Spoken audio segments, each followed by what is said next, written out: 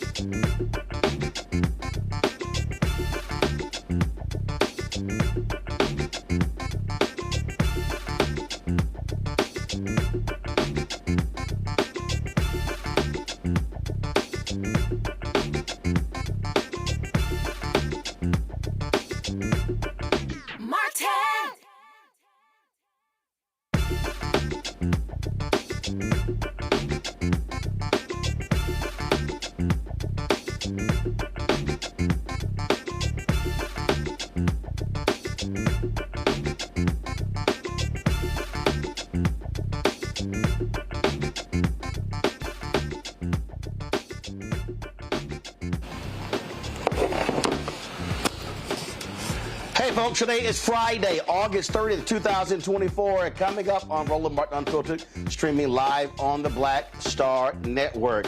Vice President Kamala Harris, Governor Tim Walz sit down for an interview with CNN, their first joint interview since, of course, she became the nominee and he picked her.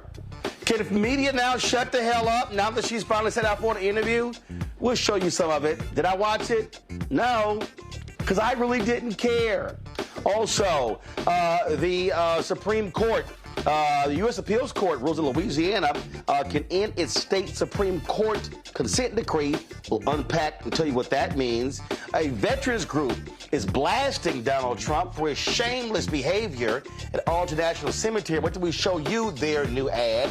Also, two former black Georgia election workers, those who sued Rudy Giuliani, they won $148 million. They said, Rudy, it's time to pay up. And the white Florida deputy who killed a black Air Force veteran, well, he's now out of jail. We'll tell you all about that. Folks, it's time to bring the funk.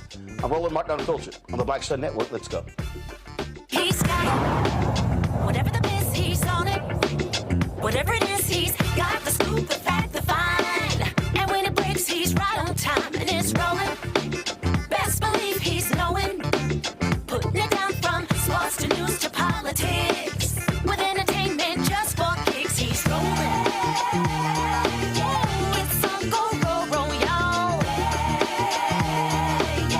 It's Roland Martin, yeah. Rolling with Roland now. He's funk, he's fresh, he's real, the best, you know he's Roland Martin now.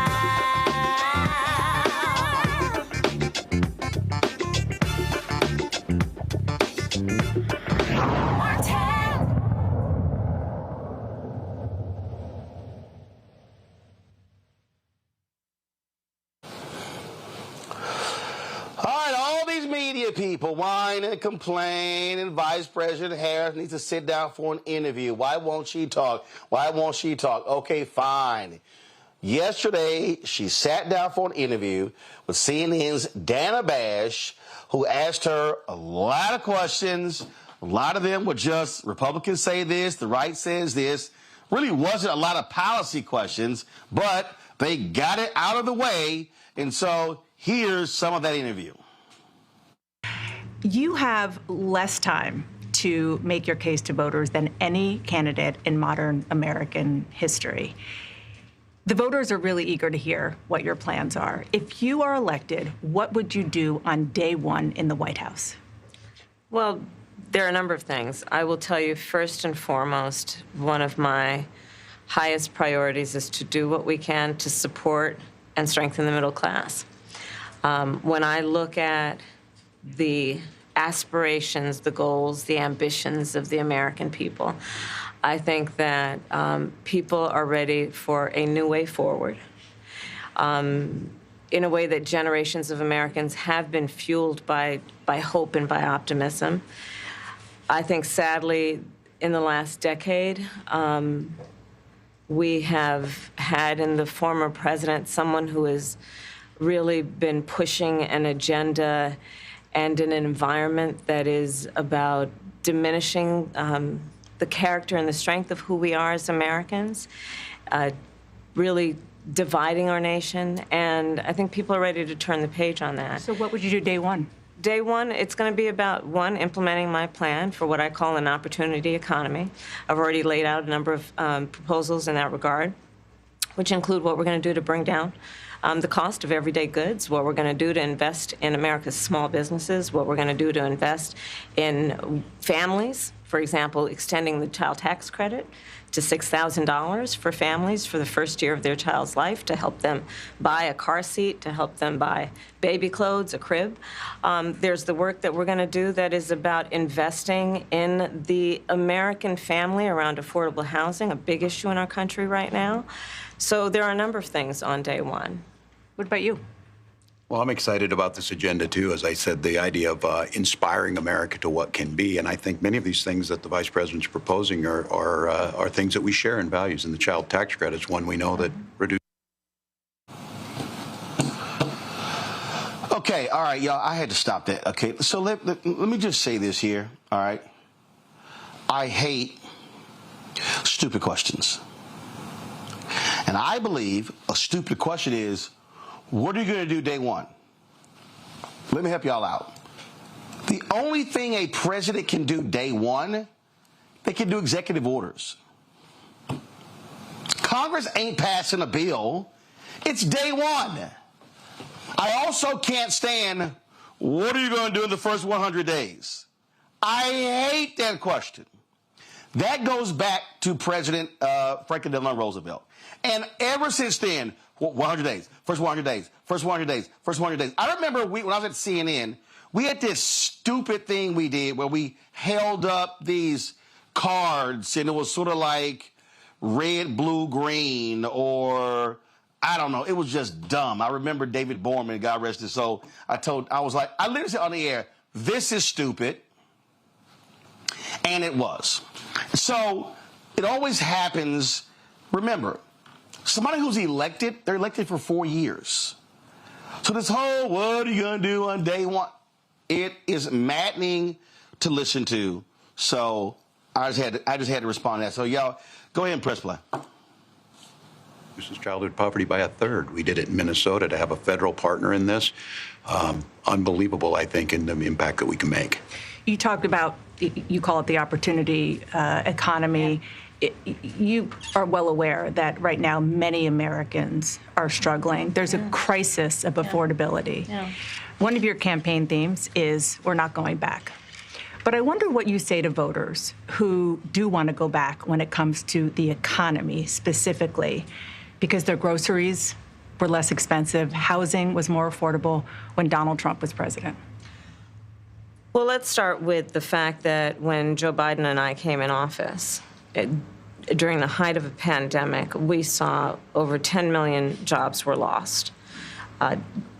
People, I mean, literally, we were all tracking the numbers. Hundreds of people a day were dying because of COVID. The economy had crashed. In large part, all of that because of mismanagement by Donald Trump of that crisis. When we came in, our highest priority was to do what we could to rescue America. And today, we know that we have inflation at under 3%. A lot of our policies have led to the reality that America recovered faster than any wealthy nation around the world. But you are right. Prices, in particular for groceries, are still too high. The American people know it, I know it. Which is why my agenda includes what we need to do to bring down the price of groceries. For example, dealing with an issue like price gouging. What we need to do to extend the child tax credit to help young families be able to take care of their children in their most formative years. What we need to do to bring down the cost of housing. My proposal includes what would be a tax credit of $25,000 for first-time home buyers, so they can just have enough to put a down payment on a home, which is part of the American dream and their aspiration, but do it in a way that allows them to actually get on the path to achieving that goal and that dream. So you have been vice president for 3.5 years. Yeah. The steps that you're talking about now, why haven't you done them already? Well, first of all, we had to recover as an economy, and we have done that. I'm very proud of the work that we have done that has brought inflation down to less than 3%. The work that we have done to cap the cost of insulin at $35 a month for seniors. Donald Trump said he was going to do a number of things, including allowing Medicare to negotiate drug prices. Never happened. We did it. So now, as I travel in the state of Georgia and around our country, the number of seniors that have benefited. I was in Nevada recently, a grandmother who showed me her receipts. And before we capped the cost of insulin for seniors at $35 a month, she was paying hundreds of dollars, up to thousands of dollars a month for her insulin. She's not doing that anymore. You maintain Bidenomics is a success. I maintain that when we do the work of bringing down prescription medication for the American people, including capping the cost of the annual cost of prescription medication for seniors at $2,000, when we do what we did in the first year of being in office to extend the child tax credit so that we cut child poverty in America by over 50%, when we do what we have done to invest in the American people and bringing manufacturing back to the United States so that we created over 800,000 200,000 new manufacturing jobs, bringing business back to America, what we have done to improve the supply chain so we're not relying on foreign governments to supply American families with their basic needs, I'll say that that's good work. There's more to do, but that's good work.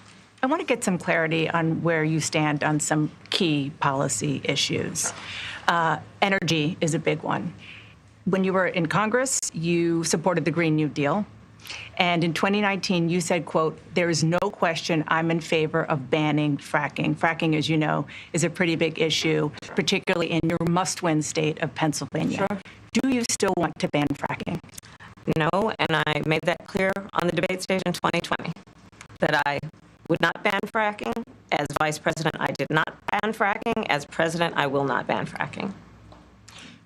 In 2019, I believe, at a town hall, you said you were asked, would you commit to implementing a federal ban on fracking on your first day in office? And you said, there's no question I'm in favor of banning fracking. So yes. So it changed in that campaign? In 2020, I made very clear where I stand. We are in 2024, and I've not changed that position, nor will I going forward. I kept my word, and I will keep my word. What made you change that position at the time? Well, let's be clear. My values have not changed. I believe it is very important that we take seriously what we must do to guard against what is a clear crisis in terms of the climate. And to do that, we can do what we have accomplished thus far. The Inflation Reduction Act, what we have done to invest, by my calculation, over probably $1 trillion over the next 10 years, investing in a clean energy economy. What we've already done, creating over 300,000 new clean energy jobs. That tells me, from my experience as vice president, we can do it without banning fracking. In fact, Dana, I cast the tie-breaking vote that actually increased leases for fracking as vice president. So I'm very clear about where I stand. And was there some policy or scientific data that you saw that you said, oh, okay, I get it now? What I have seen is that we can grow and we can increase a thriving clean energy economy without banning fracking. Okay. All right, y'all. So, okay, enough of that. So there was a question in there where she literally asked her about Trump's attack on her blackness. Right? Anyway, let's deal with this, our panel. Michael Imhotep, hosts African History Network show coming to us out of Detroit. Michael, glad to have you here. Kelly Bethea, communication strategist, joining us out of D.C. Folks, go to my iPad here. Zelina Maxwell actually posted this tweet. She said, I took notes to keep track of the questions in the Kamala interview. Only 4 questions weren't a GOP attack or talking point in the form of a question. How does this type of interview help voters understand her policies at all? Damn good question, Kelly. It's a great question, and unfortunately, we don't have an answer for it. And as soon as I found out that Dana Bash was going to be conducting this interview, my heart sank, right? Because I was just so disappointed. And it was reflective of what we saw with the debate between Biden and Trump and how she moderated that debate. If you want to call it moderating, if anything, it was just, pushing propaganda. And it is disheartening to see somebody who has a storied history of good, solid journalism denigrating herself like this just for viewership purposes only. This was a bad interview, not because of the interviewee, but because of the interviewer. You have an obligation to get at the hard-hitting questions that Americans actually want to know. Americans don't know about the first 100 days. Americans don't know about the process for the first day of the presidency. You need actual policy questions. And frankly, it looked like Harris and Walz were ready for those questions. If I were a body language expert or anything along those lines, just looking at their posture, looking at how they were looking at Bash, they were annoyed. And I would be too. Michael. Yeah, Roland, I watched the interview twice, and Harris-Walz did an excellent job of handling themselves, answering the questions. They were not deep, insightful questions. I thought they may be more hard-hitting questions than what Dana Bash asked. Yeah, a lot of the questions dealt with attacks from Republicans, things of this nature. But, what you would do on day one, yeah, I agree. That really is a dumb question because the cabinet, her cabinet will be approved by the Senate. OK, she has to nominate her cabinet. It has to be approved by the Senate. Number one. Number two, she can do executive orders on day one. We know Biden's first day in office, January 20th, 2021, he signed 10 executive orders. One of those was Executive Order 13985 that dealt with analyzing how policies from the federal government have perpetuated racism and coming up with solutions to address that. So, there were 6 million people who watched the interview. I wasn't sitting back waiting for mainstream media to interview Vice President Kamala Harris and Tim Walz.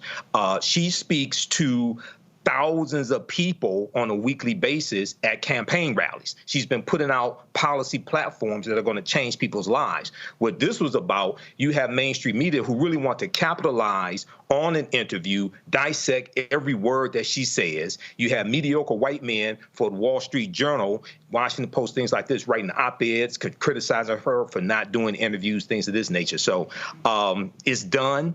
I'm looking forward to the September 10th debate, and I'm looking for the prosecutor to prosecute the criminal. So the question that Dana asked, again, this is just me here. I loved her answer to it because she basically was like, I ain't entertaining this BS. Let me go ahead and play this one for y'all. Check this out. About your opponent, Donald Trump. I was a little bit surprised. People might be surprised to hear that you have never interacted with him, met him face to face. That's going to change soon. But what I want to ask you about is what he said last month. He suggested that you happened to turn black recently for political purposes, questioning a core part of your identity. Yeah. Any same old tired playbook. Next question, please. That's it? That's it. About your opponent, Donald Trump. Okay. I was a little bit surprised. People might be surprised to hear that we ain't you doing have never this. Interacted with him, met him. His next question. That's going to change soon. But what I want to ask that was an ass of a question. Is what he said last month. Let me say it again. It was an ass of a question. Black. Right. And why is it an ass of a question? Because. So, can you please comment on him questioning your blackness? Why was it an ass of a question, Kelly? Can you please comment on him questioning your maleness? Governor Walz. Hey, could you please comment, Vice President Harris, on the questioning of your womanness? Could you please comment on questioning your hair color choice? Vice President Harris, could you comment on why you wear more pantsuits than you wear skirts or dresses? No, and that's why it's an ass of a question. And I'm telling you right now, it drives me crazy. It absolutely drives me crazy when you could ask, because y'all let me know, because I didn't watch it. And it's nothing personal against Dana, but I don't watch CNN. But maybe y'all can help me out. Maybe y'all can help me out. Did Tyree Nichols and criminal justice reform come up during that interview? No. Okay. Okay. All right. So let me ask you. So the George Floyd Justice Act didn't come up in that interview, huh? No. Did the Supreme Court ruling regarding affirmative action come up in that interview? No. Okay. Did the Congo or South Sudan or Somalia or Ethiopia Did that come up in that interview? Africa did not come up in the interview at all. Haiti did not come up in the interview at all. That's interesting. I mean, was there even a question about saying, "Hey, Madam Vice President, your father is Jamaican. How do you see Jamaican-American relationships with you as president?" Did that come up in the interview?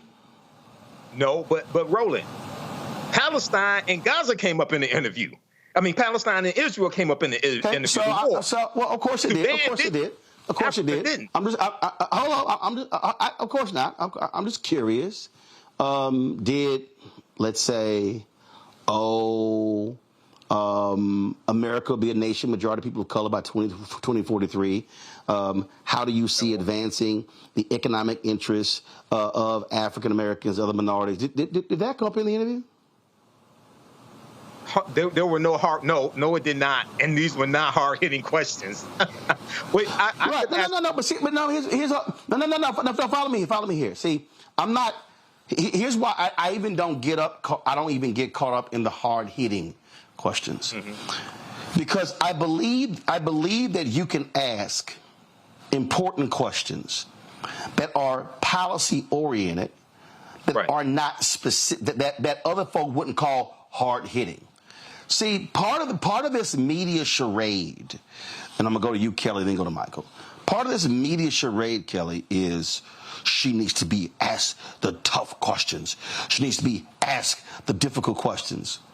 No, she actually needs to be asked questions that are actually happening out there every single day in the world, such as, Madam Vice President, can I ask you a question? You had gotten a lot of criticism with regards to your call to dealing with price gouging.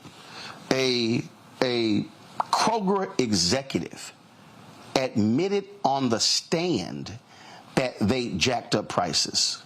Last year, Madam Vice President, there was that was an actual case where egg manufacturers admitted to collusion when it comes to pricing. That was an actual verdict. In fact, I'm just going to show y'all this here. Egg prices, y'all. Egg prices rose. Let me close this ad. Egg prices rose 60% in 2022 because a collusive scheme by suppliers. To me, that's not, Kelly, a hard-hitting question, but it does go to a policy issue that she raised, a pocketbook issue that people are concerned about, and may very well explain why prices have been jacked up, and people then go, oh, now I know why eggs were damn near $10 a dozen. Go ahead. I think what you're talking about might be precisely why it took so long for Harris-Walz team and camp to agree to an interview of any kind, because the points that you're making, they've been saying on the campaign trail for weeks. The points that you're making have low-key been addressed to reporters in the I don't know what the formal word is, but that time when she comes off the plane and you see the reporters talking to them, she addresses that there. But something tells me that she knew that once it was a national interview, that all of that would go out the window, and they would frankly debase themselves to the most of the simplistic questions being, like you said, what's your hair color? Why the tan suit? Why not skirts? Why not dresses? I mean, I was, the way that interview went, I was surprised that Dano didn't go so far as to say, you have a lovely figure. Why don't you just show it off? Because that was the tenor of the interview the entire time. There was no indication through that hour that something substantive was going to come out of it. For all we care, again, we could have heard this on the campaign trail. We have been hearing this on the campaign trail. They could have put out a press release and done this in less time and with less effort. Like I said, it was disappointing. How about this? Harris. Right. How about this? Madam President, there are 140 million poor and working people in America. 73 million of these people are women. 68% of these people are African American. 66 million are white. And these poor and working class people make up 30 to 40% of the electorate, and many of them sit out elections. What will you do as president to speak to the needs and the interest of low and working class people? That's a better question than asking about, well, Donald Trump said this. What do you say, Michael? Yeah, I agree, Roland. And when I used the term hard hitting, I didn't mean a gotcha question. I meant something that's insightful, a question that would cause people to come to answer that Vice President Kamala Harris would give, would cause people to really learn a lot more about her and her policies. That's what I meant when I used the term hard hitting. When the answer that she gave to the question about Donald Trump questioning her blackness, quote, same old tired playbook that she said, is what she said. When I took away from that, that also goes to another question that was asked, and she talked about turning the page on the last 10 years, because the last 10 years, especially dealing with with Trump in power and then also surrounding Trump, has been a divisiveness in this country, a nastiness in this country, and she's talking about turning a page on that, the othering of other people. So yeah, and her plans dealing with attacking price gouging, that came up a little bit. It could have, because of the case that's taken place to stop the merger of Kroger and Albertson, and what came out Tuesday in court dealing with price fixing. Okay, that should have come up. Dana Bash should have asked that question, I think. In fact, if you're going to go that route, which you also say, President Biden has been extremely aggressive when it comes to his Federal Trade Commission and stopping a lot of these mergers and acquisitions that create monopolies. Yes. Will you, as president, continue to be just as aggressive as President Biden has been, or will you be more what some are called business friendly? See, substantive question. Yeah. Not sexy, not a gotcha, may not necessarily go viral, but that is a policy question that could have also potentially elicited a difference between her as president and Biden as president. So all I'm saying to folks is that just understand, to everybody who's watching, when you see these questions, these are questions that senior execs wanted and asked, things along those lines. They don't always dovetail with really what's happening out there in the real world. So, and we know you ain't gonna have no black questions come up. So I can guarantee you, when I get an interview with her, it's gonna be some black questions because that's what we do. But I don't like most of these interviews because it's a whole bunch of gobbledygook that doesn't mean anything. All right, y'all, hold on one second. We're going to come back, and I'm going to deal with a couple other things. We keep talking about this the election. Donald Trump doing all he can to stay out of jail. Now he's trying to appeal his New York conviction to federal court. We'll talk about that when we come back. You're watching Roland Martin Unfiltered right here on the Black Star Network. On the next A Balanced Life with me, Dr. Jackie, how to live the dream without it turning into a royal nightmare. We'll meet an entrepreneurial couple who've been living the dream for nearly 30 years, and they're still going strong, speed bumps and all. I was all one trying to hold back, but he thinks he can do anything. He's like, no, we're going to do it. You know, let's do it. Let's just jump into it. And it has worked. It's a thing of beauty, literally. That's all next on A Balanced Life on Black Star Network. Next on The Black Table with me, Greg Carr. We featured the brand new work of Professor Angie Porter, which, simply put, is a revolutionary reframing of the African experience in this country. It's the one legal article everyone, and I mean everyone, should read. Professor Porter and Dr. Valencia Watkins, our legal roundtable team, join us to explore the paper that I guarantee is going to prompt a major aha moment in our culture. You crystallize it by saying, who are we to other people? Who are African people to others? Governance is our thing. Who are we to each other? The structures we create for ourselves, how we order the universe as African people. That's next on The Black Table, here on the Black Star Network. Hey, what's up? It's Sammy Roman. Hey, it's John Murray, the executive producer of the new Sherry Shepherd Talk Show. It's me, Sherry Shepherd, and you know what you're watching, Roland Martin Unfiltered.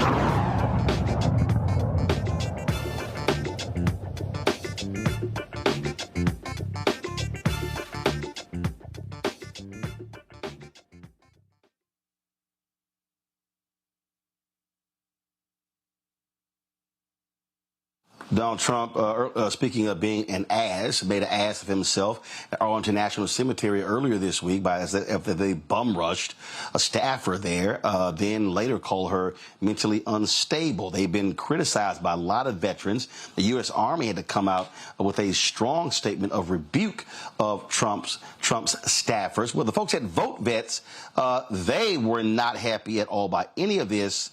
They dropped this ad. We've got Trump on the run, scared. His insults about service members catching up with him. He's panicked. Losers and suckers, he called us, confirmed. Refusing to be seen with wounded warriors because it makes him queasy. Refusing to salute the fallen of World War I because he, quote, doesn't understand what was in it for them. Because he was afraid his dye job might run in the rain faster than he ran to a quack doctor when the draft board called his number. Comparing his sexploitations with the likes of Jeffrey Epstein to the sacrifice of those who went in his place to Vietnam. Now, maybe the greatest insult of all, turning a military cemetery visit into a political stunt with cameras in tow. In Section 60, one of the most hallowed acres of all, and when an Army civilian official told them they were breaking federal law that bans politics and campaign cameras, Trump thugs verbally and physically assaulted her. Disgusting. Donald Trump, the grave markers veterans and military families drop a knee to are not your political props. They represent the heroes we served alongside, men and women you could never measure up to, friends who lived and died by the oath we all swore to uphold, something you will never understand, and why we're doing our damnedest to make sure no service member ever has to salute you as Commander-in-Chief ever again.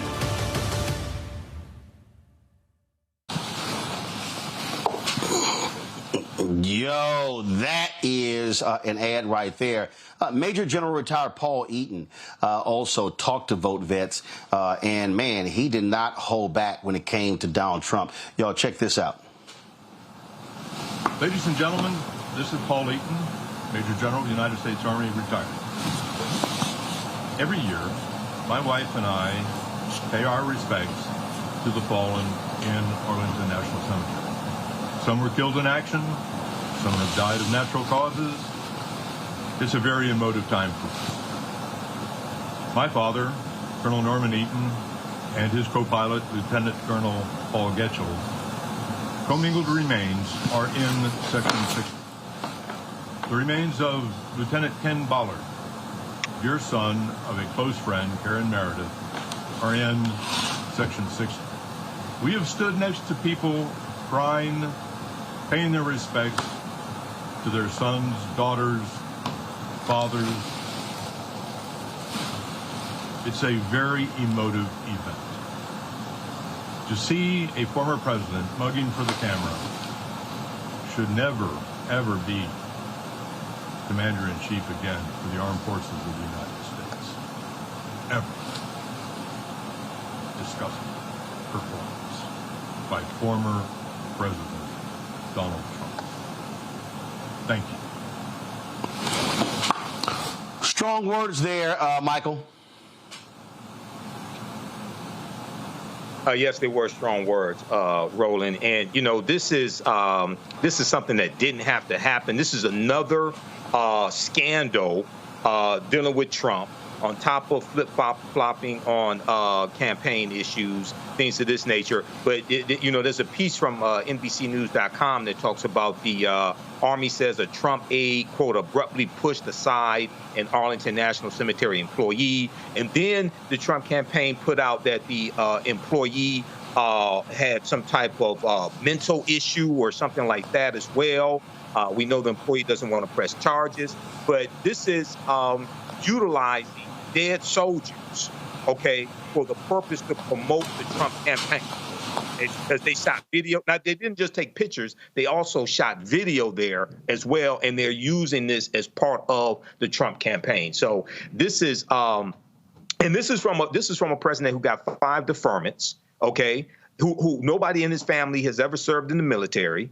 And this is somebody who doesn't understand the sacrifice that those who serve in the military make, the families make, and those who give the ultimate price make as well, regardless of whether you agree with the mission or the war, anything like that. So this is another example why he can never become president again. Oh, absolutely. In a moment, I'm going to play for y'all this almost 8-minute video that they put together. And let me tell you something. It is a strong video. It's a strong video, Kelly, because they also lay out what will happen when it comes to Project 2025. Again, if Donald Trump goes back into the White House. And so he's always trying to tout how he loves the military, he loves veterans, but it's not necessarily the case. As you heard the retired General Eaton said, use as props. And so people need to understand the dangers that are in place if this, frankly, wannabe dictator, this just moral degenerate is back in the Oval Office.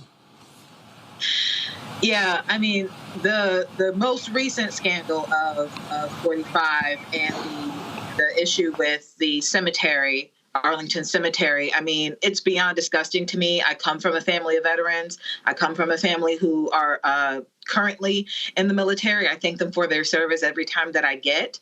But to see a former president be that disrespectful on hallowed ground, it's just sickening to me. But to your point about him not caring about the military, I don't think he cares about people. And that is clear in his rhetoric. That is clear in his policies.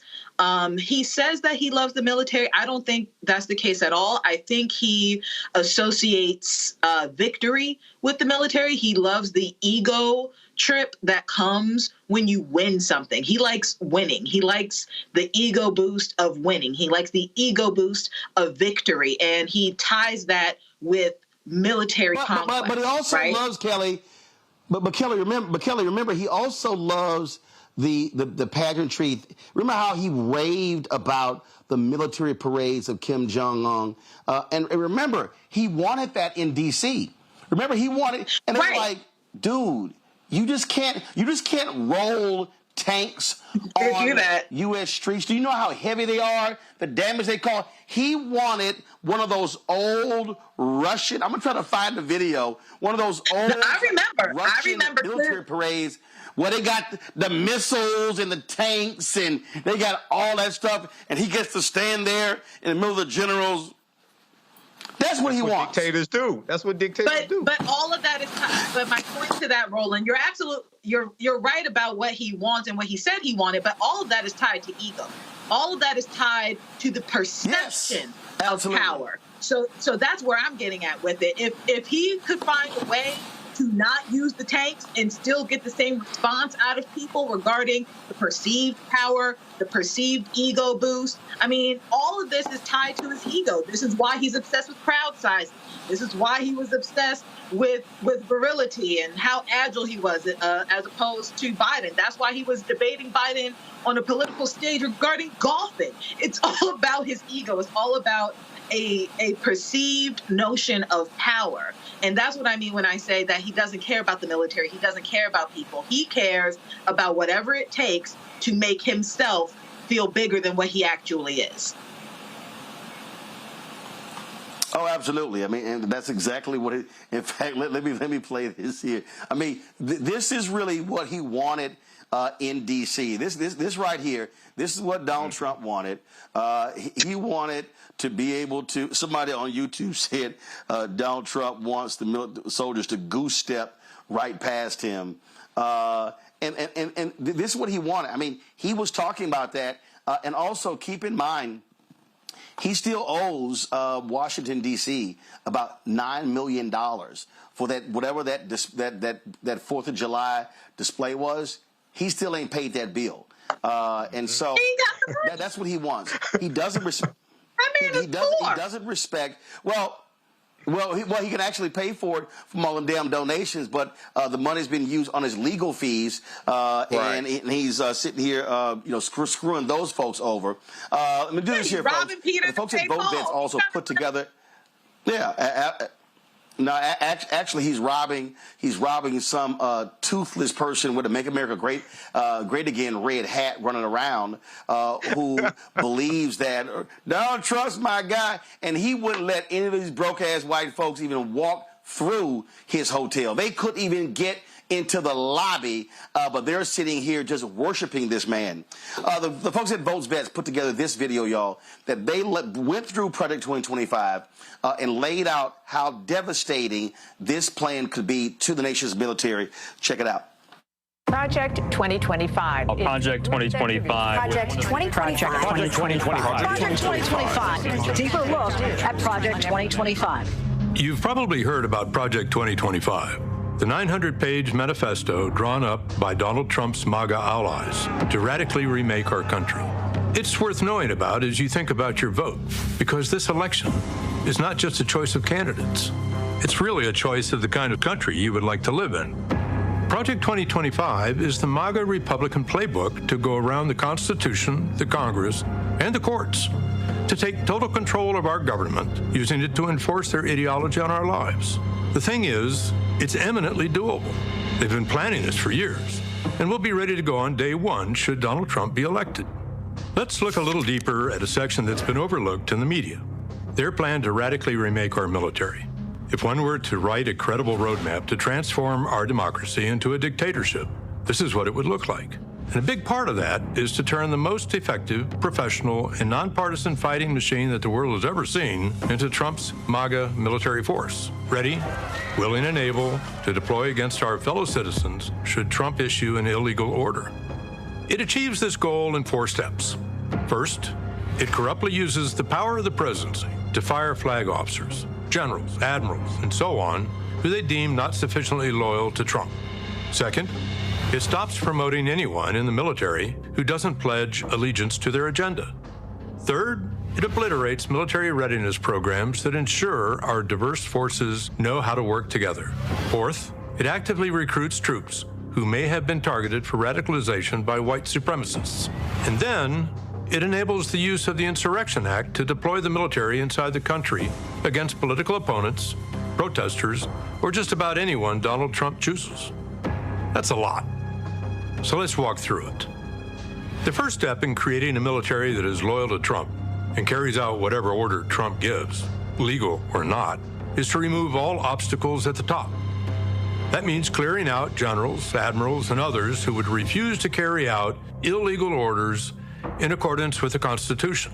Trump himself has made it clear. I would fire them. You can't have woke military. Project 2025 calls troops who follow the Constitution Marxist and says they are Barack Obama's General Officer Corps. Well, I served in uniform for over 30 years, following my father's footsteps, and my family still serves today. I can assure you that there aren't many Marxists in the military. So who are they looking to fire? Anyone who is loyal to the Constitution above all. Once they clear out top ranks, they will only promote MAGA loyalists. They falsely claim that promotions under previous administrations were illegitimate, and that the antidote is to freeze promotions, even if people are in line and qualified, unless they are MAGA loyalists. That clears way for Trump to move his hand-picked people into key military leadership positions in acting roles, sidestepping any Senate confirmation vote. And who might he choose? We're talking about people like disgraced retired Lieutenant General Michael Flynn, who pled guilty to lying to the FBI in a Russian influence case, but was pardoned by Trump. General Flynn, he's some general, he's some man. He took abuse like nobody could have handled, and he came out bigger, better, stronger than ever before. We love him. He's a leader. And you just stay wealthy and healthy and well and everything. I want you to have great lives in general. You just have to stay healthy because we're bringing you back. We're going to bring you back.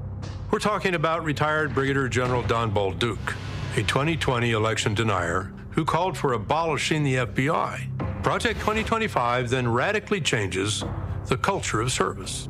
The report spills a lot of ink falsely arguing that the military spends most of its time on social engineering, Marxist indoctrination, critical race theory, and diversity, equity, and inclusion. It bashes transgender service members and kicks them out of the military. Anyone who has worn the country's uniform knows there is no Marxist indoctrination or social engineering going on. So what are they talking about? They're referring to programs that train our diverse armed forces how to respect each other and work together. This is key to unit cohesion and readiness. It's really a matter of life and death on the battlefield. They would abolish this training in order to remake a diverse fighting force into a political, homogenous MAGA military. Finally, Project 2025 curiously stresses the need to reward 8,400 troops who were discharged for refusing orders to be vaccinated against COVID during the pandemic. It rewards them with back pay and full restoration of rank to lure them back. Wonder why? Well, far-right conspiracy groups and white nationalists have spent years targeting people who are anti-vaccine to recruit and radicalize. They buried them in anti-government propaganda and MAGA conspiracy theories. These are not people you want to hand a military weapon to and hope for the best. So, how might President Trump use this MAGA military? Well, we don't have to guess. Think back to when he ordered his staff to deploy the military to shoot protesters demanding justice for George Floyd's murder. Just shoot them in the legs, he ordered. Unfortunately, the chairman of the Joint Chiefs and his Secretary of Defense rightfully told him no. What specifically was he suggesting that the U.S. military should do to these protesters? He says, can't you just shoot them? Just shoot them in the legs or something. And he's suggesting that that's what we should do, that we should bring in the troops and shoot the protesters. Donald Trump learned that when people are loyal to the rule of law and the U.S. Constitution, they can stop him. He won't make that mistake again. Project 2025's own architect has warned us that violence may be used against anyone who gets in their way. We are going to win. We're in the process of taking this country back. We are in the process of the Second American Revolution, which will remain bloodless if the left allows it to be. From shooting Americans in the street if they protest, to sending the military door to door looking for immigrants to round up, to putting troops into domestic law enforcement roles akin to martial law, Project 2025 would empower all of Trump's worst instincts. The good news is the choice is in our hands.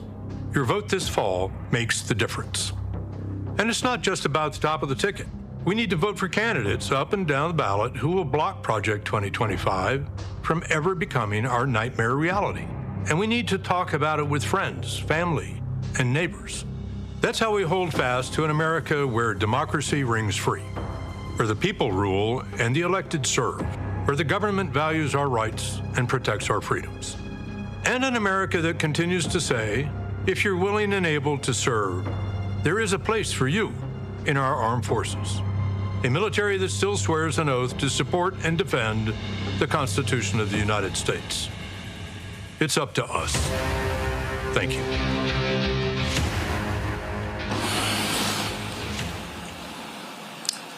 See, I love the fact that you have veterans who are sick and tired of Republicans cloaking themselves in the flag and calling them out on their BS. And I think that's why videos like this, Michael and Kelly, are crucial. because what they do is they allow folks, you can't try to question their service. You can't try to question their commitment, even though we know these folks try to do that. We see that with Governor Tim Walz. They're trying with Governor Wes Moore.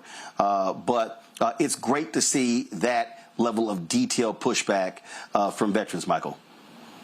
Yeah, it is. And he went through and broke down that aspect of Project 2025. He talked about the Insurrection Act of 1807 and how it could be employed. I'm glad you showed the video of Mark Esper talking about Donald Trump wanting to shoot George Floyd protesters, okay, as well. So this gives more insight. I know it's 922 pages, and a lot of people said, and in some speeches, Vice President Kamala Harris jokingly says, can you believe they wrote this down?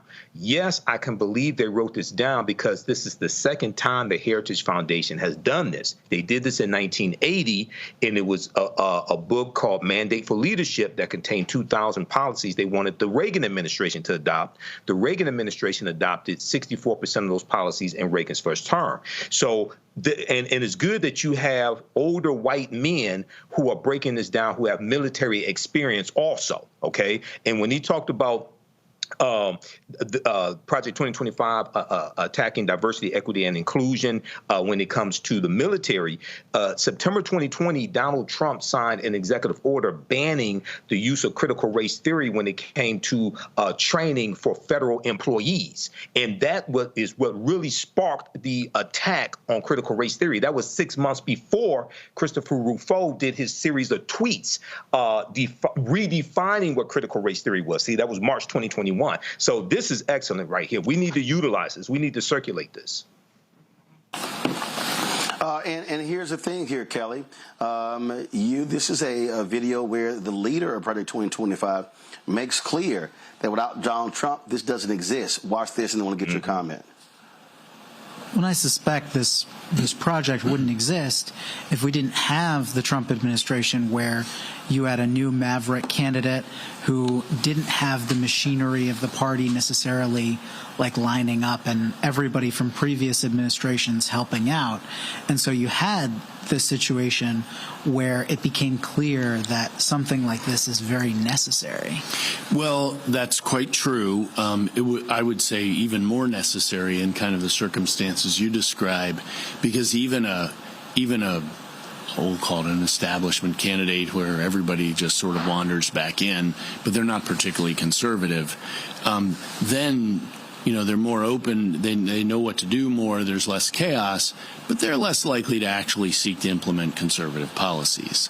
So there's a trade-off there, and we're trying to overcome the downside of that trade-off. So when I suspect this... You heard him.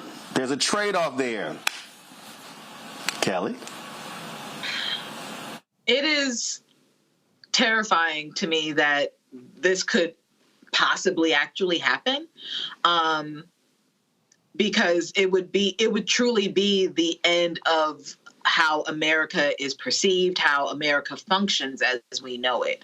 The reason why those people think that but for Trump, this would not be happening is because, frankly, he's the only quasi-politician, because he's not even a full-fledged politician, let's be honest. He is the only vessel who would be dumb enough to enact this and think it's not going to affect him, that it's not going to affect his families, etc. So it is imperative that people understand that this is not a joke. And you should also take into consideration with this ad in particular that, yes, they are veterans, but note how you don't know what their political party is. You don't know what their ideologies are. All you know is that they are against Project 2025. And the reason for that is Project 2025 is anti-American. And when you're talking about a group of people being veterans whose lives have been dedicated to protecting the America that we know, that people love, that people respect, for all of these people to be on board and be like, I don't know what this is, but it's not American, that should tell you something. That should tell you something. Indeed. All right, folks, hold tight 1 second. We come back. I want to talk about this case out of Louisiana. And if you want to understand why federal courts are so important, you want to understand why there's a difference between a President Kamala Harris or a Donald Trump in the Oval Office. Y'all know I can never call that man president. So I'm going to use every other iteration possible. It's what happened out of Louisiana and the extremely conservative U.S. Fifth Circuit Court of Appeals. I will explain that next right here on Roland Martin Unfiltered on the Black Star Network. Hey, folks, do not forget, support the work that we do. It is critically important. And so we really appreciate if you would join our Bring the Funk fan club. Our goal is to get 20,000 of our fans contribute on average $50 each a year. That's $4.19 a month, 13 cents a day. That allows for us to be able to do the stories that we do, cover this stuff. Folks, understand our expenses are real. $195,000 a month. Office space and staff and salaries and all these things that go with it. And it's real. And so we're out here doing our work. We generate revenue through YouTube. We generate revenue selling merchandise. We generate revenue, which, of course, trying to get additional advertisers. But again, your donations are critically important.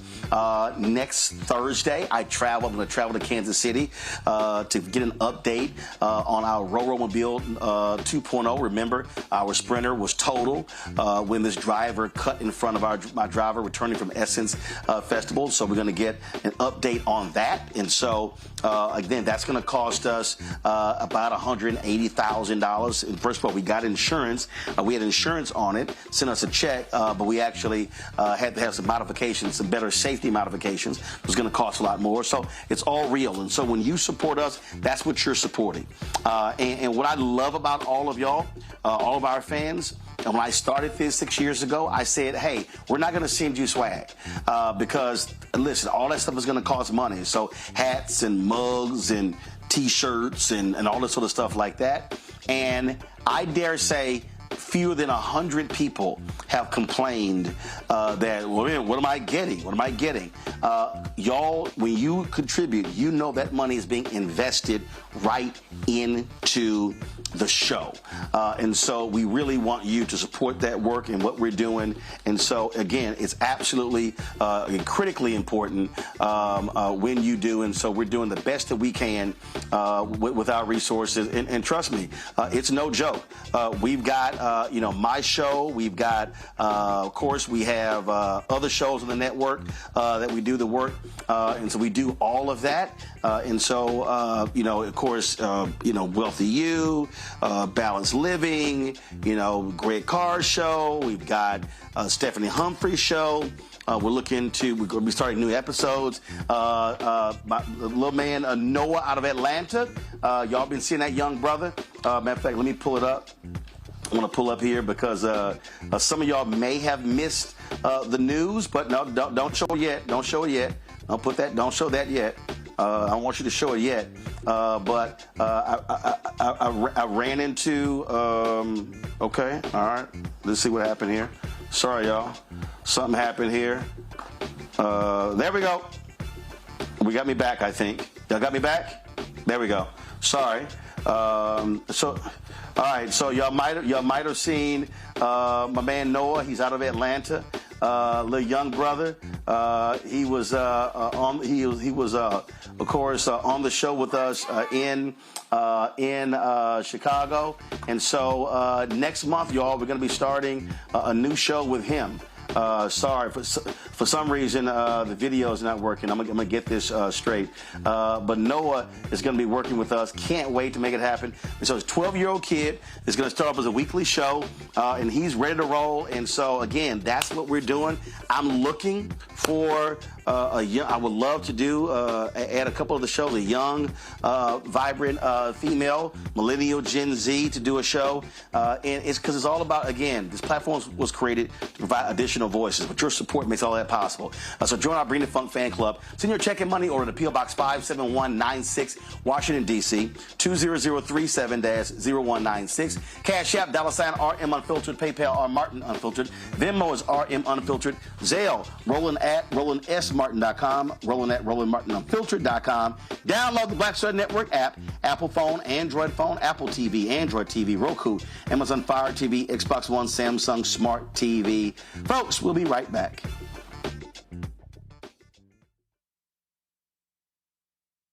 Hatred on the streets, a horrific scene, a white nationalist rally that descended into deadly violence. White people are losing their damn minds. As an angry pro-Trump mob storms the U.S. Capitol, we're about to see the rise of what I call white minority resistance. We have seen white folks in this country who simply cannot tolerate black folks voting. I think what we're seeing is the inevitable result of violent denial. This is part of American history. Every time that people of color have made progress, whether real or symbolic, there has been what Carol Anderson at Emory University calls white rage as a backlash. This is the rise of the Proud Boys and the Boogaloo Boys. America, there's going to be more of this. Here's all the Proud Boys, guys. This country is getting increasingly racist in its behaviors and its attitudes because of the fear of white people. The fear that they're taking our jobs, they're taking our resources, they're taking our women. This is white fear.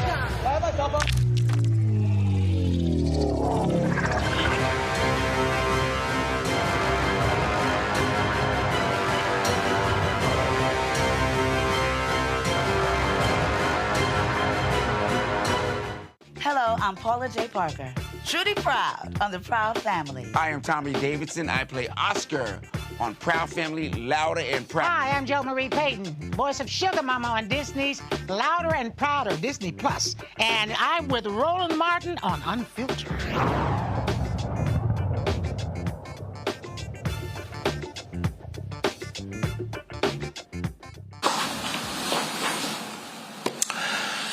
So why the presidential elections matter, why the U.S. Senate races matter, because the president is the one who picks federal judges. It is the job of the Senate to confirm them or to deny them. Well, guess what? In Louisiana, in 11-7 decision, the 5th U.S. Circuit Court of Appeals in New Orleans, they said that a lower court judge erred in requiring that Louisiana prove it had erased, quote, the vestiges of past discrimination before ending the so-called Chisholm Decree. Circuit Judge Kurt Engelhardt said this unexpected burden was impossible to satisfy, and it was enough that Louisiana satisfied the 8 remedial measures in the 1992 decree, which required a single majority minority district in Orleans Parish. One of the dissenting judges, Circuit Judge Jacques Wiener, said the evidence of compliance was simply not there. Louisiana also refused to commit to ensuring a majority minority district after the decree was dissolved. This right here is really, really important, Michael, because again, the 5th Circuit Court of Appeals is extremely, extremely conservative. And that 5th Circuit, I just want to show folks so they understand why it matters. I understand the 5th Circuit because I am from Texas. That's one of the states that the 5th Circuit actually covers. And as I said, extremely, extremely conservative circuit. There are 17 judges in the 5th Circuit. And who is the circuit judge that they actually report to? Sam Alito. Republicans have always understood how vital the 5th Circuit Court of Appeals always has been. And so when you look at this ruling and when you look at other rulings as well, then you begin to understand the 5th Circuit. This right here is their website. These are the states that fall under the 5th Circuit. Louisiana's Eastern, Middle, and Western districts. Mississippi, the Northern and Southern districts. Texas, the eastern, northern, southern, and western districts. Those 3 states. So when you talk about laws, cases that come out of those states, the Fifth Circuit rules in them, and that, Michael, is crucially important. Absolutely, and you're correct that Republicans have always been much better in understanding the power of the courts, how the courts work, the federal court of appeals, U.S. Supreme Court. Those 3 states that you just showed, Louisiana, Mississippi, and Texas, those are all former Confederate states as well. They had very large slave populations. So this is another reason why we have to have political education, master and understand political self-defense. And in looking at the court ruling, the piece from Reuters, it talks about the 5th U.S. Circuit Court of Appeals in New Orleans said a lower court judge erred in requiring Louisiana to prove it had erased, quote, the vestiges of past discrimination before ending the so-called Chisholm Decree. So once again, this also ties into history, right? And really understanding Louisiana, 1/3 population African-American. We see what Governor Landry has been doing down there. You've had Gary Chambers on here a number of times talking about Louisiana. This is the consequence of voting and not voting strategically as well. So this is extremely important that we're talking about this. This right here is a story from April of last year. Kelly, Biden nominates Texas judge for conservative-leaning Fifth Circuit Court of Appeals. Listen, they don't actually get many shots at that. So perfect example. He named Irma Carrillo Ramirez. She would be the first Hispanic woman and the only active Hispanic judge on the court. And so understand in terms of what's going on there. You see right here. There are 12 of, so there are 16 active judges, Kelly, the Fifth Circuit Court of Appeals. 12 of the Fifth Circuit's 16 active judges were appointed by Republican presidents. 12. That means just of the 17, 5 appointed by a Democratic president. And that's what's so scary about this, right? And you've been talking about this till your head turns blue, Roland, every time we address the issue of appointing judges. This is why elections matter. This is why your vote matters, because it's more than just having a talking head in the White House representing us across the globe. No, a huge part of being president is appointing judges that will affect you long after that president is in office. And you see that now. Like, how long have those judges been there in the Fifth Circuit? Right? We just got one through Biden, like you said, for the Fifth Circuit. These are lifetime appointments. So it matters. All of this matters. So this ruling does not surprise me, only because of the history of the Fifth Circuit being racist, sexist, pick-an-ism. They try to uphold it all. Right? But this is also why elections matter, because it is possible to change the tide of how that court makes rulings. Let's talk about, again, the election and what we're seeing, and the entrance of Vice President Kamala Harris has totally changed this game. Land Journal-Constitution has this story right here, Kelly, that is huge. Presidential race shakeup sharply increases voter registrations in Georgia. Black women, Kelly, added 75% more registrations than in the same period in 2020.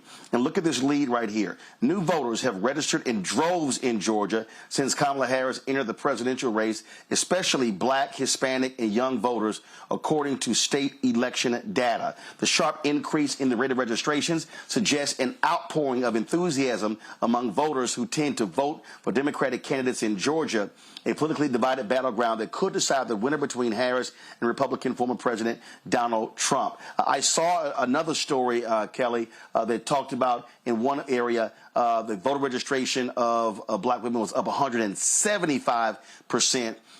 When you're talking about an election that is a margin election, these new voters, they absolutely matter.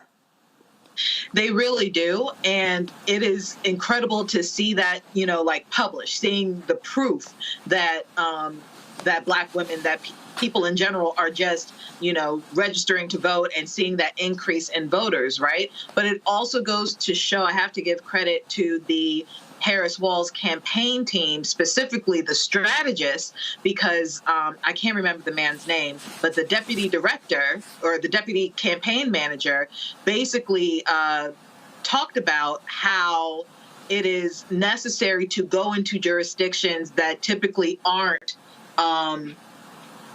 addressed and seen because they feel like they're not going to win that district anyway.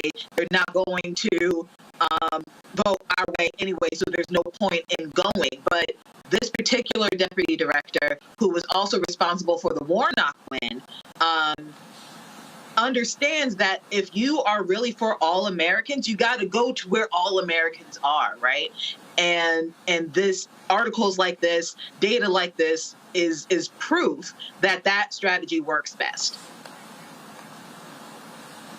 Well, it's first of all, you're talking about Quentin Fulks, who was the deputy campaign manager. Yes. And so, yeah, I got you. When you look at these numbers, Michael, it is important because what you're seeing is the type of focus, the type of attention that is happening all across this country, and Democrats now have significantly closed the voter registration gap. Tom Bonnier was the one who was on CBS talking about 175%, and he posted a tweet. He said, somewhat incredibly, the number of young Hispanic women registering in the week after Vice President Harris effectively became the nominee was triple the number of registrants during the same period in 2020. Black women in registration more than doubled. This is the chart right here. He's showing those numbers. So you see, so if I zoom in here, so you see down here, Republican, AAPI, Democrat men total, women, black 63.7, black women 83.9. This is just in Nevada. Hispanic 91.9. 1829, 106.6. Black women 1829, 125%. Hispanic women 125.4. Women 1829, 129.5. Hispanic women 18 to 29, 221%. What that says right here, Michael, is that Vice President Kamala Harris, she's going to be kicking off this reproductive rights tour in Florida. She is speaking the language that is attracting them. And what have I been constantly saying? When millennials and Gen Zs, when they vote their numbers, they can decide elections. And so, again, when you go back to this chart right here, and I'm looking at the bottom right here, I'm looking at total 1829, black women 1829, women 1829, Hispanic 1829. We're talking more than between 106% and 221%. This is just in Nevada. That's a battleground state. That can determine who wins.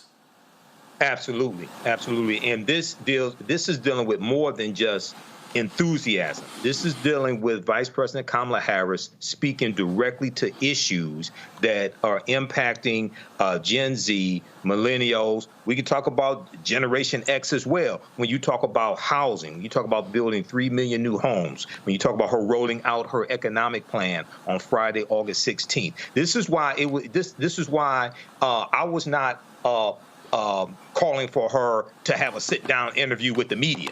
She's speaking directly to voters. Okay, you look at the rally in Savannah, Georgia yesterday. You look at the 2-day tour of Georgia that she just came off of, going into rural areas.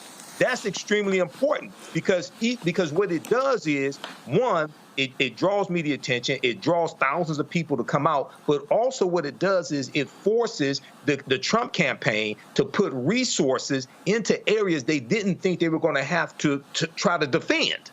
Okay, so this is speaking and this goes back to something I was saying right before Biden dropped out. The Congressional Black Caucus have been calling on President Joe Biden for months to shift the focus from talking about saving the democracy and abortion to also talking about kitchen table issues, fighting inflation, things of this nature, okay? This is exactly what Vice President Kamala Harris is doing. This is why it's resonating so much. Yes, saving the democracy and women's reproductive rights are extremely important, but also affordable housing is extremely important, fighting price gouging as well. All of this is important. So we're seeing the result. In fact, this was the actual tweet. I'm going to my iPad, y'all. This was the tweet that Tom actually posted right here, where he said the Harris effect in the 13 states that have updated voter files since July 21st, we're seeing incredible surges in voter registration relative to the same period in 2024, driven by women, voters of color, and young voters. So this is overall. Before I showed you Nevada, and you see this. And so this is, you see over here, the far right, where he got the 175%. But you see Hispanic women, 1829, 149%. Black women, 98.4. Black, 85.8. And you see it going down there. And so the bottom line here is that when you look at this election, this is going to be an election on the margins. And I hope people are paying lots more attention to these numbers. But we got to remember, no matter where you are, you have got to be pushing folks if they must register. And again, get them to understand that, hey, if they even are on the fence, fine, still register, because once the deadline is passed, that's it. And so beginning on Tuesday, we're off on Monday for Labor Day, but beginning on Tuesday, we are going to be showing you and providing for you the registration deadlines in every single state. We're going to be posting it on social as well, because we need people to understand what's happening. And understand, early voting begins in some places in less than 20 days. And so we got to understand that we are in the prime of the election season, and we all must be ready to get this thing going. Let me go to a break. I'll be right back right here, Roland Martin Unfiltered on the Black Star Network. Support the work that we do. Join Bring the Funk fan club. Send your check and money order. P.O. Box 57196, Washington, D.C., 20037-0196. Cash App, $RM Unfiltered. PayPal, R Martin Unfiltered. Venmo is RM Unfiltered. Zelle, Roland at RolandSMartin.com. Roland at RolandMartinUnfiltered.com. Y'all know y'all ain't getting this information anywhere else.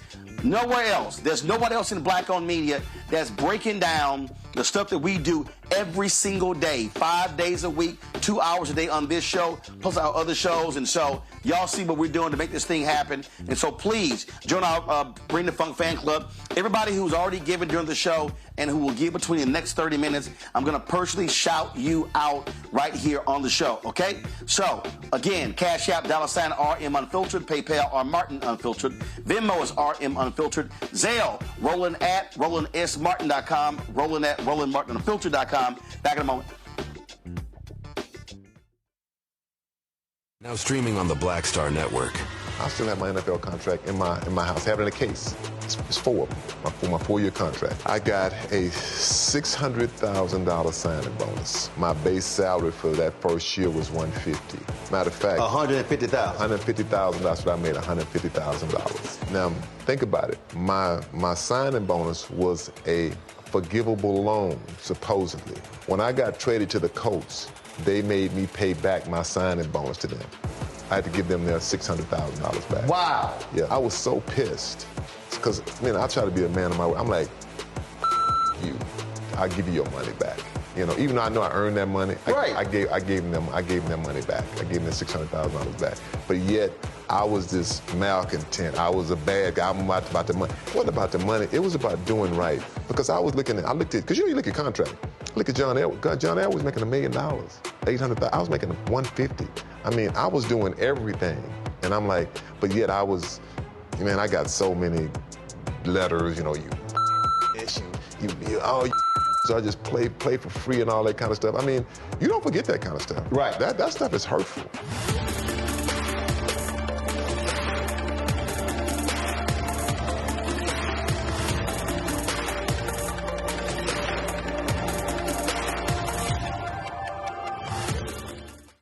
Sherry Shepard with Sammy Roman. I'm Dr. Robin B., pharmacist and fitness coach, and you're watching Roland Martin Unfiltered.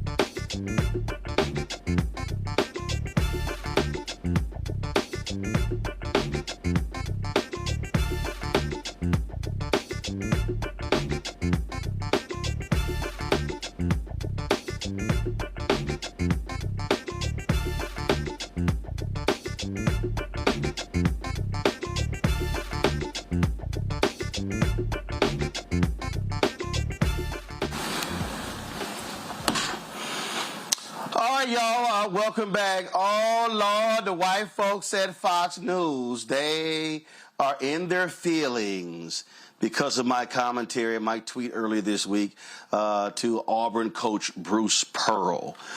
So check this out, y'all. So somebody sent me this today. Former CNN contributor tells black players not to join Auburn's basketball team under Bruce Pearl. First of all, Fox News, Scott Thompson, you might want to learn to fact check, because my damn name ain't Ronald Martin. It's Roland Martin. He goes, Ronald Martin believes Pearl's political beliefs should lead players to choose accordingly. And so then he goes in the article, okay, and he goes, former CNN contributor Ronald Martin, that ain't my damn name, because Pearl put out this tweet calling Vice President Kamala Harris a socialist. He also said her view, said that, with her woke policies, and so all this sort of stuff. And so again, I said what I said. He goes, this post led Martin to tweet his own plea to recruits not to join the Tigers head coach because of his public views, specifically black players. Hey, Scott, you damn right I said what I said. If you got a basketball coach in the South, in Alabama, in Bruce Pearl, let's be real clear. He ain't got no team without black players. And he's calling Vice President Kamala Harris a socialist. He's sitting here talking about her woke agenda. Hell yeah, I'm saying to black parents, don't send your kid to Auburn. I wouldn't want my kid under him. This right here, y'all, is a tweet he posted. And he was responding to, of course, that ignorant racist Senator Tom Cotton of Arkansas, to Bruce Pearl. Thank you for pointing this out, Senator Cotton, except my guess is that, like many of her socialist, woke, progressive beliefs, she's now changing them or hiding them to get elected. We won't get fooled again. And, of course, I said to all black players and their parents considering Auburn, this is the trash Coach Bruce Pearl tweets. There are many other SEC schools to consider. Choose accordingly. Then you got Pastor, you got Daryl Scott, who goes, but Steve Kerr and Steph Curry are good to go, huh? First of all, Daryl Scott, Daryl, I'm going to call you out every single time. Steve Kerr is a professional. He's an NBA head coach. Steph Curry is a professional. He's a basketball player. The fact of the matter is, here you have Bruce Pearl, who's criticizing, who's criticizing Vice President Kamala Harris. And so he is going into the homes of black people. He's going into the homes of black parents, recruiting their sons, saying, oh, I'll take care of your son. I'll be like a second father to them. All sort of stuff like that. I'll make sure they graduate. So, yeah, Pastor Daryl Scott, it's a big-ass difference between the two. And so I'm telling you right now,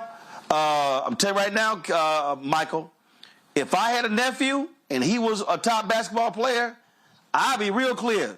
I say, bruh, man, it's one school we ain't visiting, and that's Auburn. Yeah, I agree, Roland. And, Coach Bruce Pearl, his comments attacking Vice President Kamala Harris, calling her policy woke, calling some of her policies socialist, things like that. What's woke about wanting to build 3 million homes so that people can have affordable homes to live in, so they can build generational wealth? What's woke about wanting to go after corporations that inflate prices and drive up inflation, so it makes it hard for people to afford food and basic needs? And my question would be, okay, so are you a Trump supporter? Okay, Bruce Pearl, are you supporting down? If you're attacking her and you're not going to vote for Vice President Kamala Harris, okay, who is for defending the Constitution against enemies both foreign and domestic, then are you a Trump supporter?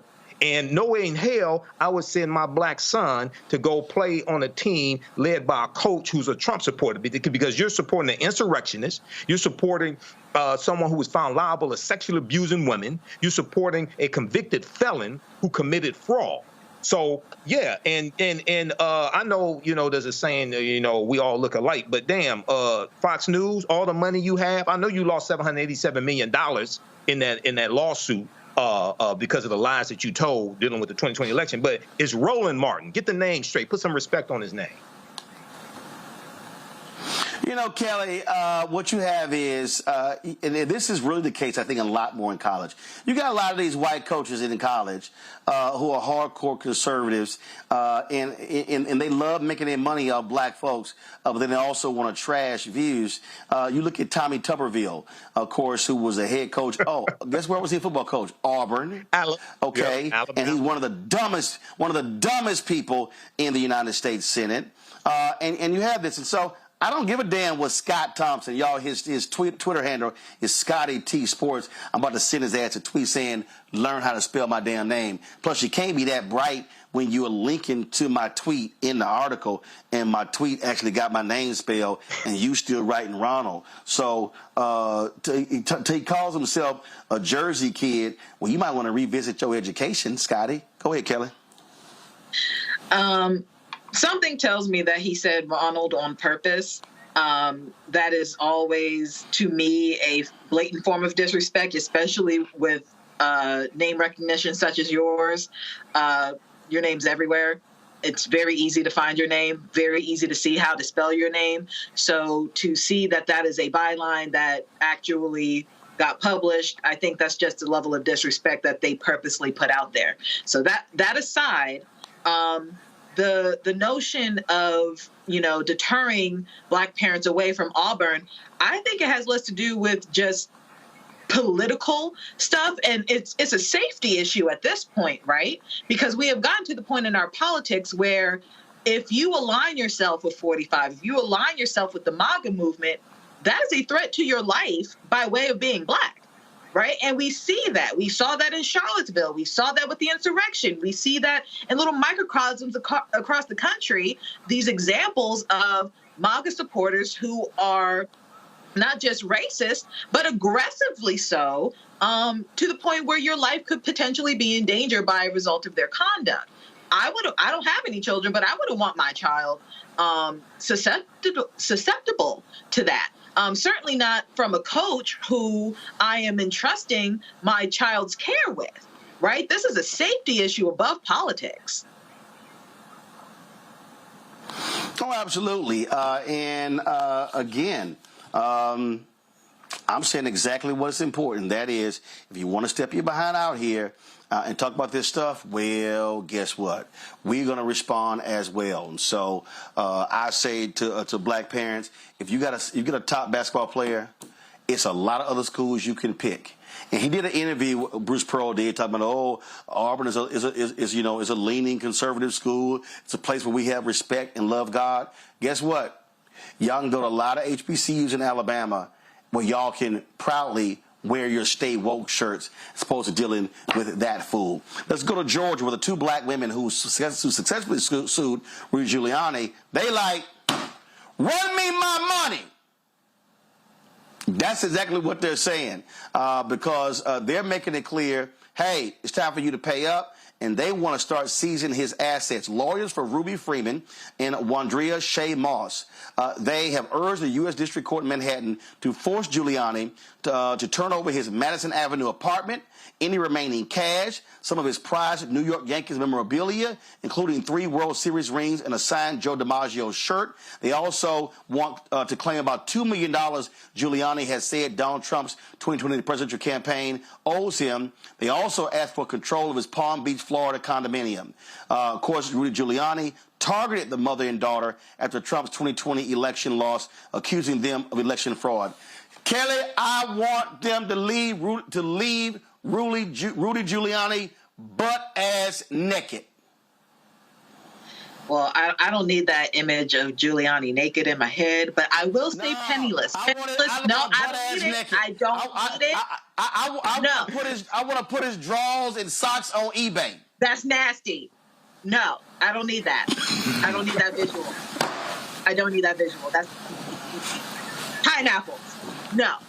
But I will say that, like you said, I can't even talk.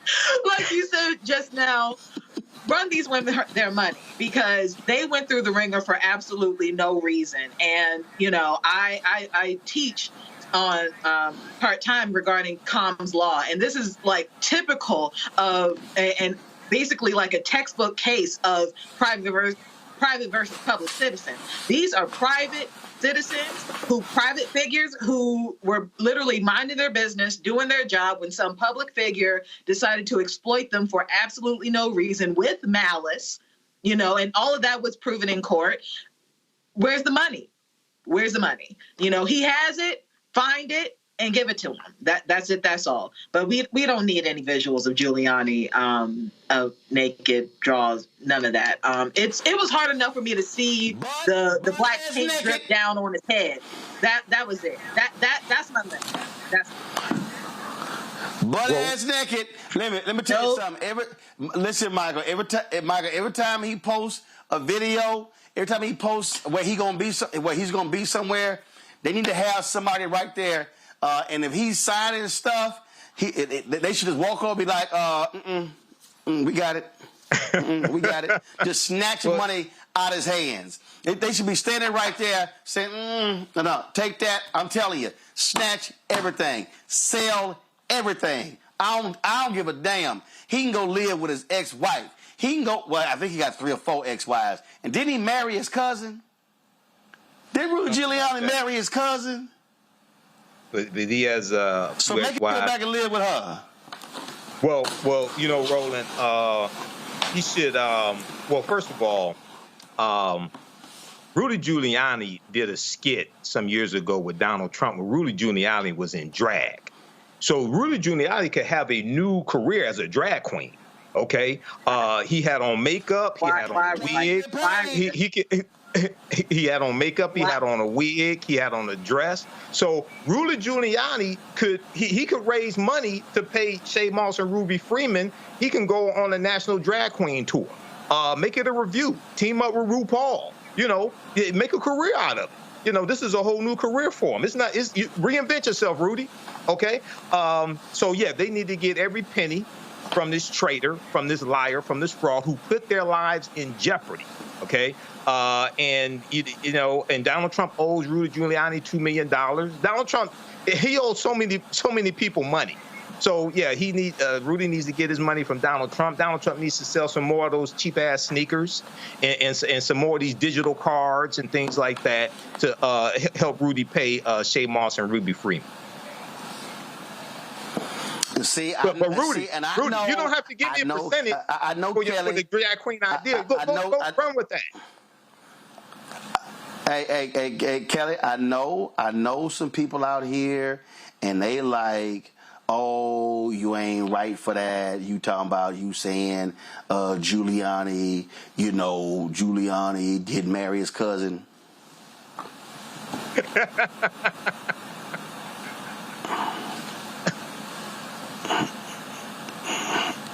Third cousin, yeah. Right here in 1968. No, it wasn't third. It was second. Okay. In 1968, Giuliani wed his second cousin, Regina Peruggi, who was the daughter of his father's first cousin. Think of your son, daughter marrying your cousin's daughter's son. Now, Giuliani at different points labeled the family connection as second cousins once removed and third cousins before he was corrected. In a 1993 memo for his mayoral campaign, a Giuliani strategist noted the weirdness factor of the marriage, according to a copy posted on the Smoking Gun website. I'm just saying. Yep. You married your second cousin. Like J.D. Vance, they're weird. I'm just saying. Party of family values. I'm just saying. So. I'm just saying. So.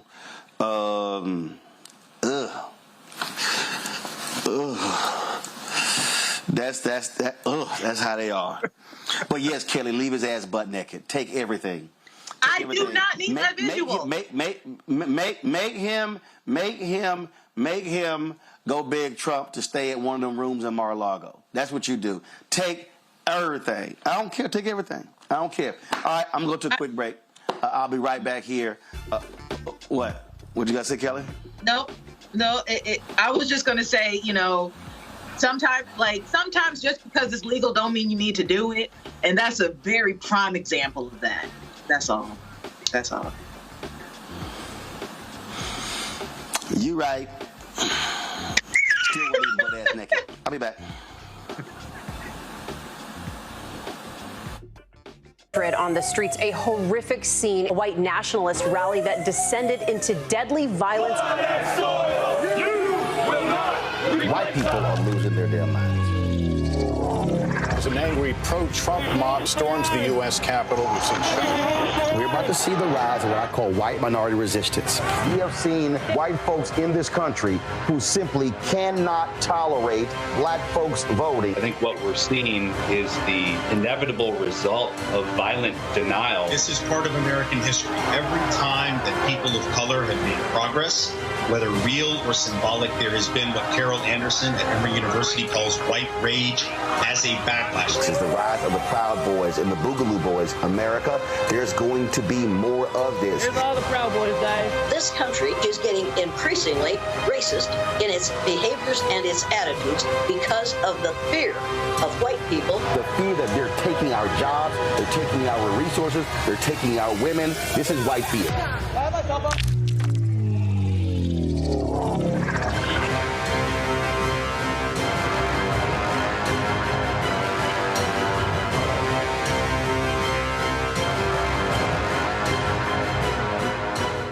Hi, I am Tommy Davidson. I play Oscar on Proud Family, Louder and Prouder. I don't play Sammy, but I could. Or I don't play Obama, but I could. I don't do Stallone, but I could do all that. And I am here with Roland Martin on Unfiltered.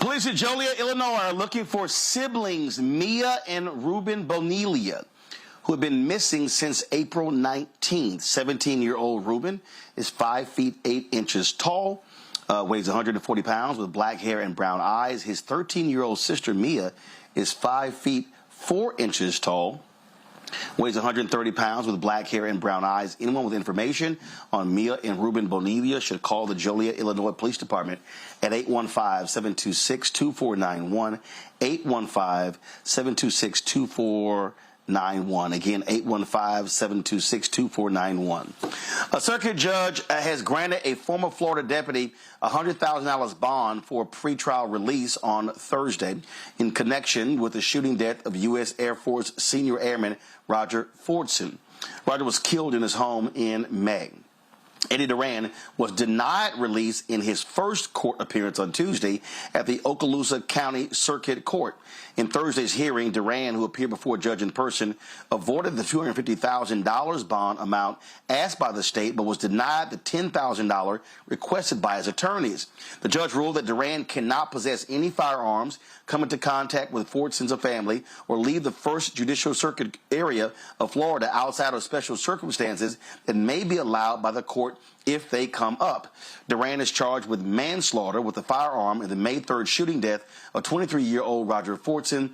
The rare charge is a first-degree felony punishable by up to 30 years in prison. You know, one of the things that we always talk about here when we deal with these cops when they get charged and then when they go to jail is the special treatment they have. Remember, I don't know if you remember that case out of Oklahoma where the cop he was raping black women.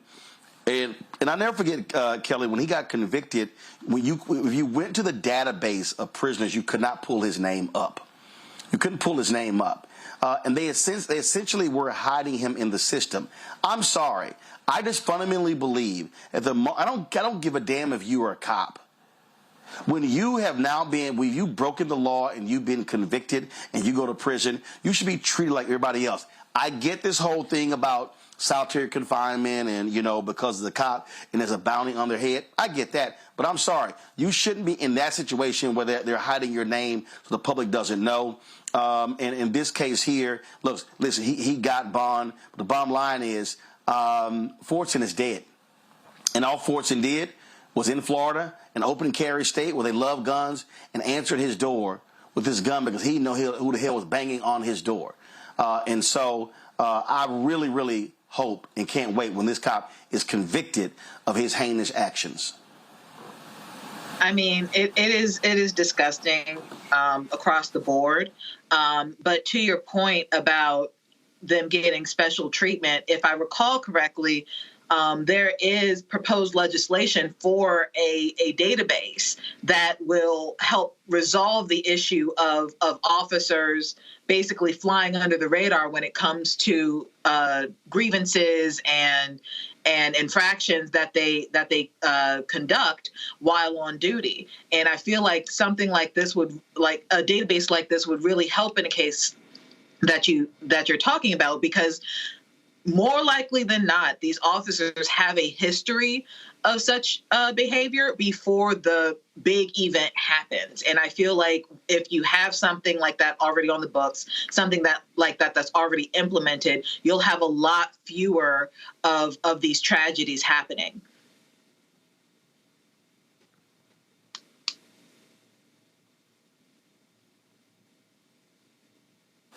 Michael?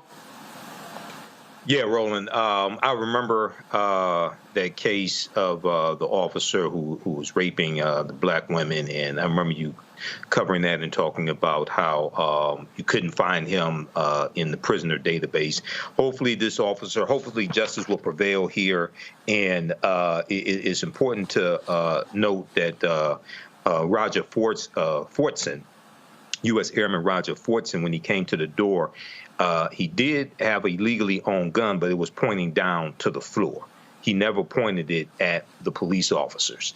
And we've talked about this here on this show, because there's going to have to be training. If they don't get training on this, there's going to have to be training on how to engage someone who is in their home and a legal gun owner. Because you're in a state that's a open carry state. And not only that, Florida was the first state to have the stand your ground law.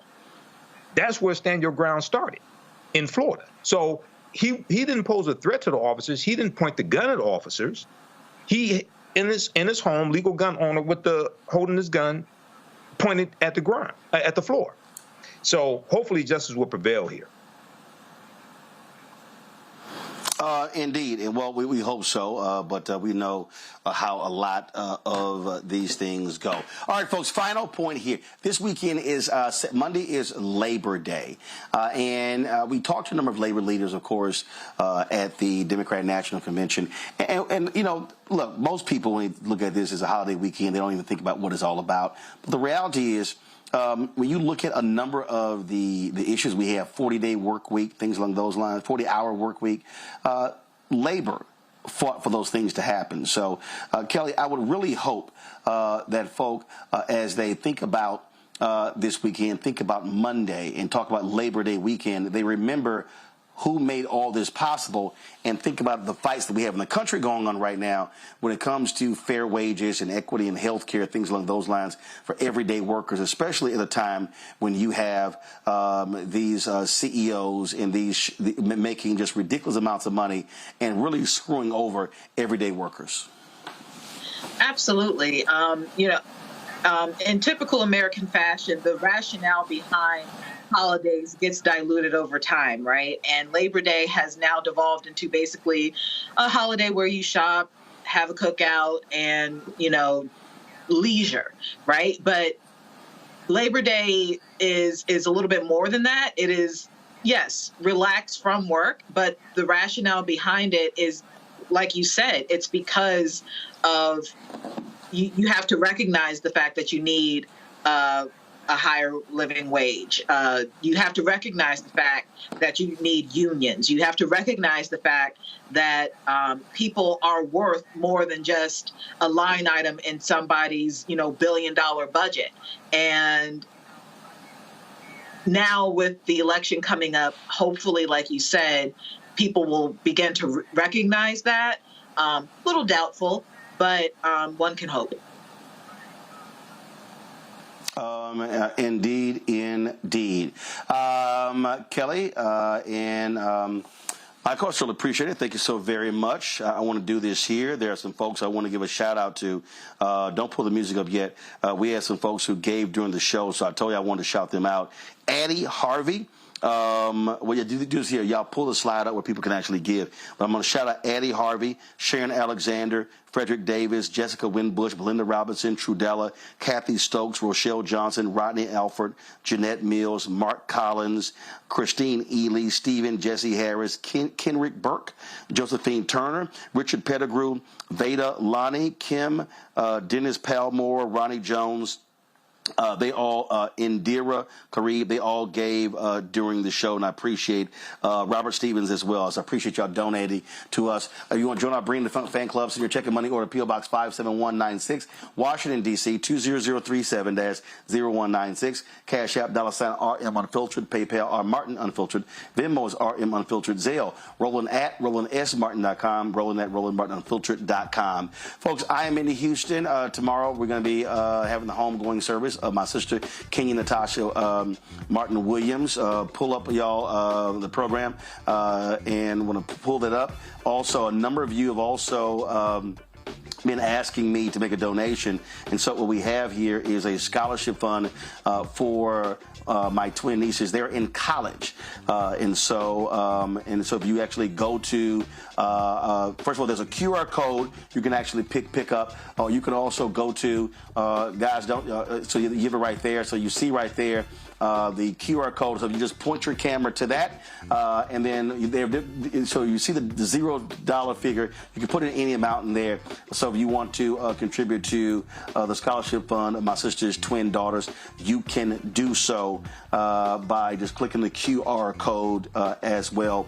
I'll post the link on social media if you want that as well. So be sure to check that out. So we'll be, again, funeralizing her tomorrow. So we appreciate all of your thoughts and prayers. And folks have also, a lot of you have sent flowers. I talked to the funeral home and they said, man, people have been calling from all over the country. And so we want to thank everybody for expressing their condolences to our family in this time. So I certainly appreciate it. Folks, I hope you have a fantastic weekend. Enjoy the weekend. Be safe. I'll be back in our studio on Tuesday. We're off on Monday. On Monday, though, we're off on Monday. What we will be doing on Monday, we're going to be actually putting through the best of our interviews with labor leaders, especially from the Democratic National Convention. That's going to be our show on Monday. And so we appreciate that. Y'all be well. Y'all take care. And as y'all always know how I sign off. Holla!